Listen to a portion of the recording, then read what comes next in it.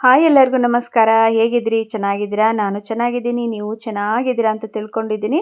Welcome to my Banashankari all in one ಚಾನಲ್ಗೆ. ಬನ್ನಿ, ಇವತ್ತು ನಾನು ನಿಮಗೆ ದೇಹಕ್ಕೆ ತಂಪು ಕೊಡುವಂತಹ ಹುಣಸೆ ಹಣ್ಣಿನ ಪಾನಕ ಮಾಡೋದು ಹೇಗೆ ಅಂತ ತೋರಿಸ್ತಾ ಇದ್ದೀನಿ. ಮತ್ತೆ ಯಾಕೆ ತಡ, ಬನ್ನಿ ನೋಡ್ಕೊಂಬಂದುಬಿಡೋಣ. ಇಲ್ಲಿ ನೋಡಿ, ನಾನು ಹುಣಸೆ ಹಣ್ಣನ್ನು ನೆನೆಯೋಕೆ ಇಟ್ಟಿದ್ದೆ. ಒಂದು ಅರ್ಧ ಗಂಟೆ ಮುಂಚಿತವಾಗಿಯೇ ಹುಣಸೆ ಹಣ್ಣನ್ನು ನೆನೆ ಇಟ್ಟಿದ್ದೆ.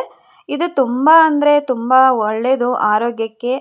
ಏಕೆಂದರೆ ಪಿತ್ತ ಇರುತ್ತಲ್ಲ, ಜಾಸ್ತಿ ಪಿತ್ತ ಆಮೇಲೆ ಅಲರ್ಜಿ ಇರೋರು ಕುಡಿಬೋದು ಇದನ್ನು. ಇಲ್ಲಿ ಸ್ವಲ್ಪ ಬೆಲ್ಲನ ಇಟ್ಟಿದ್ದೆ ನೋಡಿ. ಬೆಲ್ಲಕ್ಕೆ ನೀರು ಹಾಕಿಬಿಟ್ಟು ಸ್ವಲ್ಪ ಕರಗಿಸ್ಕೊಳ್ಳೋಣ ಅದನ್ನು. ಅದು ಬೇಗ ಕರಗಲ್ಲ ಅಲ್ವಾ, ಅದಕ್ಕೆ ಸ್ವಲ್ಪ ಗ್ಯಾಸ್ ಮೇಲೆ ಇಟ್ಟು ಬಿಸಿ ಮಾಡಿಕೊಂಡು ಬೆಲ್ಲನ ಕರಗಿಸ್ಕೊಂಡು ಬಂದುಬಿಡೋಣ. ತುಂಬ ಚೆನ್ನಾಗಾಗುತ್ತೆ. ಮತ್ತು ಯಾರಿಗಾರ ಯೂರಿನ್ ಇನ್ಫೆಕ್ಷನ್ ಅಂತ ಇರುತ್ತಲ್ಲ, ಅವರು ಸಹಿತ ಕುಡಿಬೋದು ಇದನ್ನು. ಉರಿ ಮೂತ್ರ ಇರೋರು ಕುಡಿಬೋದು ಅಂತ ಹೇಳ್ತಾರೆ. ನಮ್ಮ ಅಜ್ಜಿಯವರು ಹೇಳ್ತಿದ್ರು. ಇದು ನಮಗೆಲ್ಲಿ ಗೊತ್ತಿರುತ್ತೆ ಹೇಳ್ವಿ, ನಾವು ಆವಾಗಲೇ ನಮ್ಮ ಅಜ್ಜಿಯವರು ಹೇಳ್ಕೊಟ್ಟಂಥ ರೆಸಿಪಿ ಇದು ನೋಡಿ. ನಮಗೆಲ್ಲ ಮಾಡಿಕೊಡ್ತಿದ್ರು ನಮ್ಮ ಅಜ್ಜಿ, ಅದಕ್ಕೆ ಹೇಳ್ತಾ ಇದ್ದೀನಿ. ಯಾರಿಗಾದ್ರೂ ಪಿತ್ತ ಜಾಸ್ತಿ ಆದಾಗ ಇದನ್ನು ಕುಡಿಬೋದು. ಮತ್ತು ಅಲರ್ಜಿ ಮೈ ಕಡ್ತಾ ಇರೋರು ಸಹಿತ ಇದನ್ನು ಕುಡಿಬೋದು. ಹುಣಸೆ ಹಣ್ಣಿಂದು ಪಾನಕನ ಭಾಳ ಅಂದರೆ ಭಾಳ ಚಲೋ ಇದು. ಇವಾಗ ನೋಡಿ, ಇದನ್ನು ಬೆಲ್ಲನ ನಾನು ಗ್ಯಾಸ್ ಮೇಲೆ ಕರಗಿಸ್ಕೊಂಡು ಬರ್ತೀನಿ. ಯಾಕಂದರೆ ಬೇಗ ಕರಗಲ್ಲ ಅಲ್ವಾ ಬೆಲ್ಲ, ಅದಕ್ಕೆ ಸ್ವಲ್ಪ ಕರಗಿಸ್ಬಿಟ್ಟು ಪಾನಕ ಮಾಡ್ಕೊಳ್ಳೋಣ ನಾವು. ನೋಡಿ, ನಾವು ಆವಾಗಿವಾಗ ಮಾಡ್ತಾ ಇರ್ತೀವಿ. ಇದು ಬೇಸಿಗೆ ಟೈಮಲ್ಲಿ ತುಂಬ ಒಳ್ಳೆಯದು. ಇದು ಭಾಳ ಅಂದರೆ ಭಾಳ ತಂಪು ಕೊಡುತ್ತೆ. ನೀವು ಒಂದ್ಸಲ ಟ್ರೈ ಮಾಡಿರಿ. ಮತ್ತು ನೀವು ಯಾರೆಲ್ಲ ಮಾಡ್ತಿದ್ರಿ ಅಂತ ನನಗೆ ಕಮೆಂಟ್ ಬಾಕ್ಸ್ ಒಳಗೆ ಹೇಳಿ. ಇಲ್ಲಿ ನೋಡಿ, ಸ್ವಲ್ಪ ನಾನು ಹುಣಸೆ ಹಣ್ಣಿಂದ ರಸನ ಆ ಕಡೆ ತೆಗೆದಿಟ್ಕೊಂಡಿದ್ದೆಲ್ಲ, ಮತ್ತು ಇಲ್ಲಿ ಬೆಲ್ಲನ ನಾನು ಕರೆಸ್ಕೊಂಡು ಬಂದಿದ್ದೀನಿ ನೋಡಿ. ಇವಾಗ ಹುಣಸೆ ಹಣ್ಣಿನ ರಸನ ತಕ್ಕೊಂಡಿದ್ದೆ. ಇವಾಗ ಬೆಲ್ಲನೂ ಕರಗಿತ್ತಲ್ವಾ, ಬೆಲ್ಲ ಸ್ವಲ್ಪ ಆರೋಗಿ ಬಿಟ್ಬಿಡೋಣ. ಇವಾಗ ಒಂದು ಈ ಥರ ನೋಡಿ, ಈ ಥರ ಜಾಲರಿ ಚೌಟಿ ಇರುತ್ತಲ್ಲ, ಅದರಲ್ಲಿ ನೀವು ಸೋಸ್ಕೋಬೇಕು ಎಲ್ಲ ಮೇಲ್ಗಡೆದ್ದು. ಏನಾದರೂ ಹುಣಸೆ ಹಣ್ಣಿಂದು ತೊಕ್ಕೆ ಎಲ್ಲ ಇದ್ದರೆ ಮೇಲ್ಗಡೆ ಬಂದು ನಿಲ್ಲುತ್ತೆ. ಅದಕ್ಕೋಸ್ಕರ ಒಂದ್ಸಲ ಸೋಸ್ಕೊಂಡು ಬಿಡೋಣ ನೋಡಿ. ಈ ಥರ ಎಲ್ಲ ಸೋಸ್ಕೊಳ್ಳಿ. ತುಂಬ ಚೆನ್ನಾಗಾಗುತ್ತೆ ಫ್ರೆಂಡ್ಸ್. ಇದು ಒಂದ್ಸಲ ಟ್ರೈ ಮಾಡಿರಿ ನೋಡಿ. ತಂಪು ಅಂತಾರಲ್ಲ, ಅಷ್ಟು ತಂಪಿದು ಹುಣಸೆ ಹಣ್ಣಿಂದು ಪಾನಕ. ನೀವು ನೋಡ್ತಿರ್ಬೇಕಾದ್ರೆ ಒಂದ್ಸಲ ಟ್ರೈ ಮಾಡಿರಿ, ನೀವೇ ಹೇಳ್ತೀರಾ ನನಗೆ. ಇವಾಗ ನೋಡಿ, ನಾನು ಎಲ್ಲದನ್ನು ಹುಣಸೆ ಹಣ್ಣಿನ ರಸನ ಇದೇ ಥರ ಸೋಸ್ಕೊಂಡು ಇಲ್ಲೇನು ಪಾನಕ ಮಾಡಿ ಇಟ್ಕೊಂಡಿರ್ತಾನಲ್ಲ, ಅದೇ ಪಾನಕಕ್ಕೆ ಹಾಕ್ಕೊತಿದ್ದೇನೆ ನೋಡಿ ನಾನು. ನೀವು ಇದಕ್ಕೆ ಬೇಕಾದ್ರೆ ಮೆಣಸಿನಕಾಳು ಇರುತ್ತಲ್ಲ, ಮೆಣಸಿನಕಾಳನ್ನು ಪುಡಿ ಮಾಡಿ ಸಹಿತ ಹಾಕ್ಕೋಬೋದು. ಗ್ಯಾಸ್ಟ್ರಿಕ್ ಇರೋರು ಆ ಥರ ಮಾಡ್ಕೋಬೋದು ನೋಡಿ. ಇದನ್ನು ಜಾಸ್ತಿ ಕೋಲ್ಡ್ ಇರೋರು ಕುಡಿಬಾರ್ದು ಅಂತ ಹೇಳ್ತಾರೆ.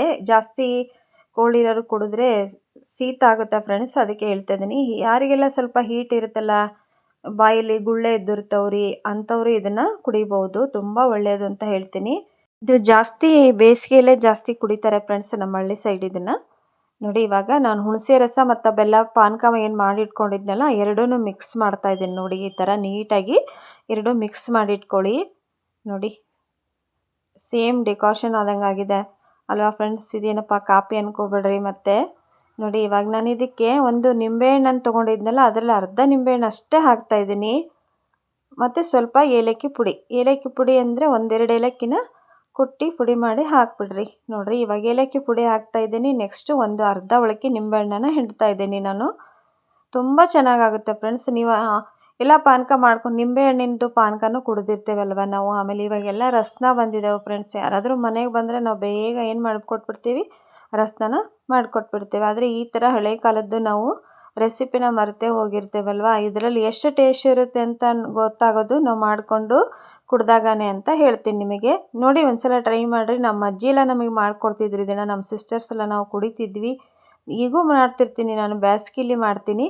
ಮತ್ತು ಐಸ್ ಹಾಕ್ತಾಯಿದ್ದೀನಿ ನೋಡಿ. ನಾನು ಸ್ವಲ್ಪ ಐಸ್ ಹಾಕ್ತಾಯಿದ್ದೀನಿ, ತಂಪಾಗಲಿ ಅಂತ ಸ್ವಲ್ಪ ಐಸ್ ಹಾಕ್ತಾಯಿದ್ದೀನಿ. ನೀವು ಇದ್ದರೆ ಹಾಕಿ, ಇಲ್ಲ ಅಂದರೆ ಬೇಡ. ಕೋಲ್ಡ್ ವಾಟರ್ ಇದ್ದರೆ ಹಾಕ್ಬೋದು ನೋಡಿ. ಇವಾಗ ಐಸು ಮತ್ತು ನಿಂಬೆಹಣ್ಣಿನ ರಸ ಹಾಕಿದ್ದಲ್ಲ, ಆಮೇಲೆ ಸ್ವಲ್ಪ ಏಲಕ್ಕಿ ಪುಡಿ ಹಾಕಿದ್ವಲ್ಲ ನೋಡಿರಿ, ಎಷ್ಟು ಚೆನ್ನಾಗಿ ಕಾಣುತ್ತೆ ಅಂತೀರ ನೀವು.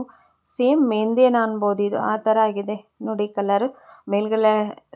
ಮೇಲ್ಗಡೆ ಲೈಟ್ ಆನ್ ಆಗಿತ್ತು, ಅದಕ್ಕೆ ಈ ಥರ ಕಾಣ್ತಿದೆ ನೋಡಿ. ಅದು ನೋಡಿ, ಲೈಟ್ ಕಾಣ್ತಿದೆ. ನನಗಂತೂ ತುಂಬ ಇಷ್ಟ ಫ್ರೆಂಡ್ಸ್ ಇದು. ಭಾಳ ಅಂದರೆ ಭಾಳ ರುಚಿ ಇರುತ್ತೆ.